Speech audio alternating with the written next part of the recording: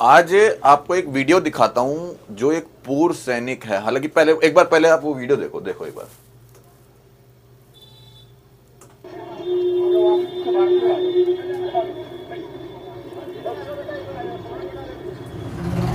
ये देखो, ये जिसे लेके जा रहे हैं पुलिस वाले, जिसके हाथ में हथकड़ी लगाई है, जिसको मतलब जिसके मुंह पे पूरा मास्क किया हुआ है, वो और कोई नहीं भाई, हमारे देश का, भारतीय सेना का एक पूर्व सैनिक है। पूर्व सैनिक है जिसको दिल्ली पुलिस के अधिकारी जो है इस तरीके से लेके जा रहे हो मानो वो कोई आतंकवादी हो। अब वो आतंकवादी है या नहीं है, देशद्रोही है या नहीं है, उसने क्या गलत काम किया, वो तमाम चीजें मैं आपको बताऊंगा। पहले आप ये वीडियो देखिए, देखो।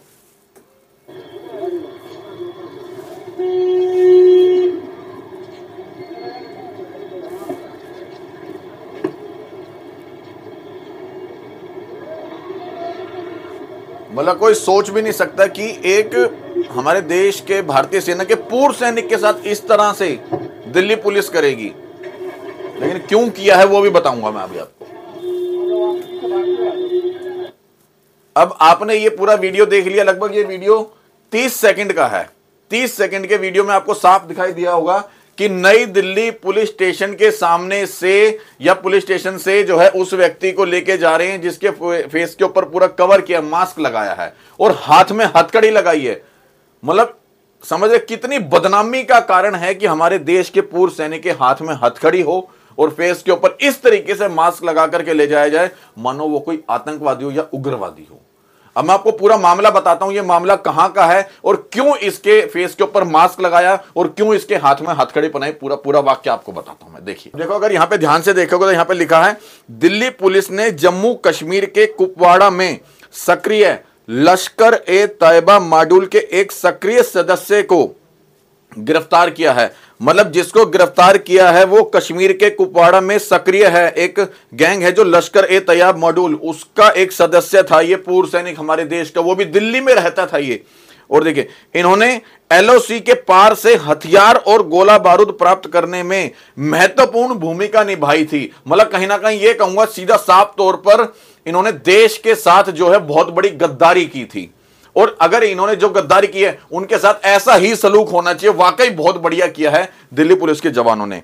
आगे देखिए, आरोपी शख्स की पहचान, इनका नाम जो है वो रियाज अहमद के रूप में हुई। इनका जो नाम है वो रियाज अहमद है। इनके पास से मोबाइल फोन और सिम कार्ड बरामद किया गया है। आरोपी रियाज अहमद को कानून की उचित धाराओं के तहत गिरफ्तार कर लिया गया है और आगे की आवश्यक कार्रवाई के लिए जम्मू कश्मीर से के संबंधित पुलिस स्टेशन के पुलिस अधिकारियों को भी सूचना दे दी गई है कि वाकई ये कितना घिनौना काम है कि हमारे देश के भारतीय सेना के वो जवान जो जिनके ऊपर हमारा पूरा देश आंख मूंद कर भरोसा करता है, जिनके ऊपर हमारी देश की हर नींद इनकी बदौलत पूरी होती है, क्योंकि ये लोग अपने ईमानदारी से निष्पक्ष तरीके से किस तरीके से बॉर्डर पे खड़े होकर हमारी और हमारे पूरे देश की रक्षा करते हैं। यदि आज हम लोग जीवित हैं, या यूं कहो कि यदि आज हम लोग चैन की सांस ले रहे हैं, तो अपने भारतीय सेना के जवान की बदौलत। लेकिन बड़े दुख के साथ यह भी कहना पड़ रहा है कि जब एक ऐसा भी जवान है जो कहीं ना कहीं इस कुकर्म में लिप्त है और एक मोबाइल फोन, सिम कार्ड मिलते हैं और पता लगता है कि ये उनके सदस्य, मतलब उनके गिरोह का एक सदस्य है, तब जाकर के दिल्ली पुलिस ने उनको गिरफ्तार किया। एक बार फिर वो वीडियो दिखाता हूं आपको, देखिए देखिए, ये देखिए, कितनी शर्म आती है जब पता लगता है हमारे देश के जो सैनिक हैं, जो पूर्व सैनिक हैं, वो इस तरह का भी काम कर सकते हैं। देखिए,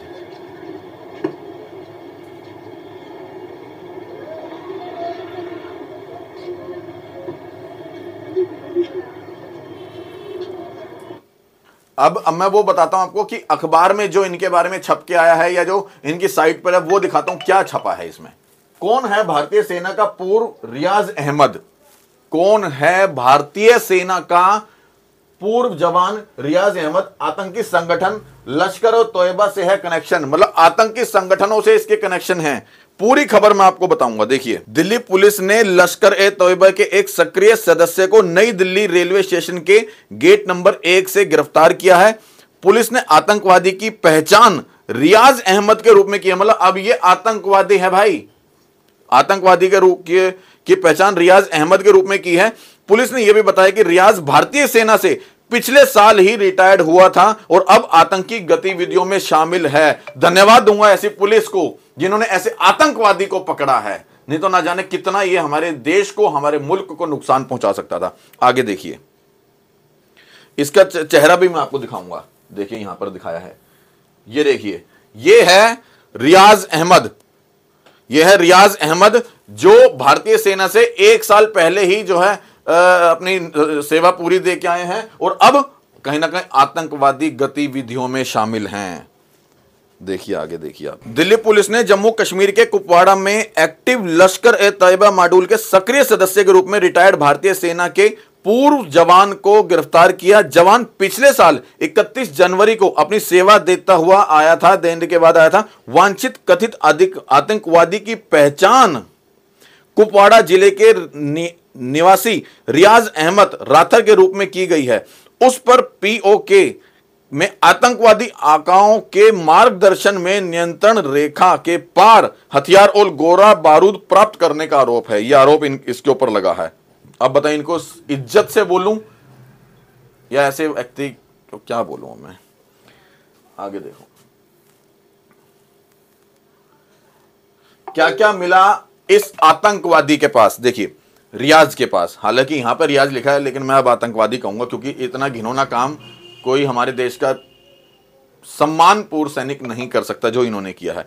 पुलिस ने बताया कि रियाज को 4 फरवरी को नई दिल्ली रेलवे स्टेशन थाने की पुलिस ने गिरफ्तार किया था।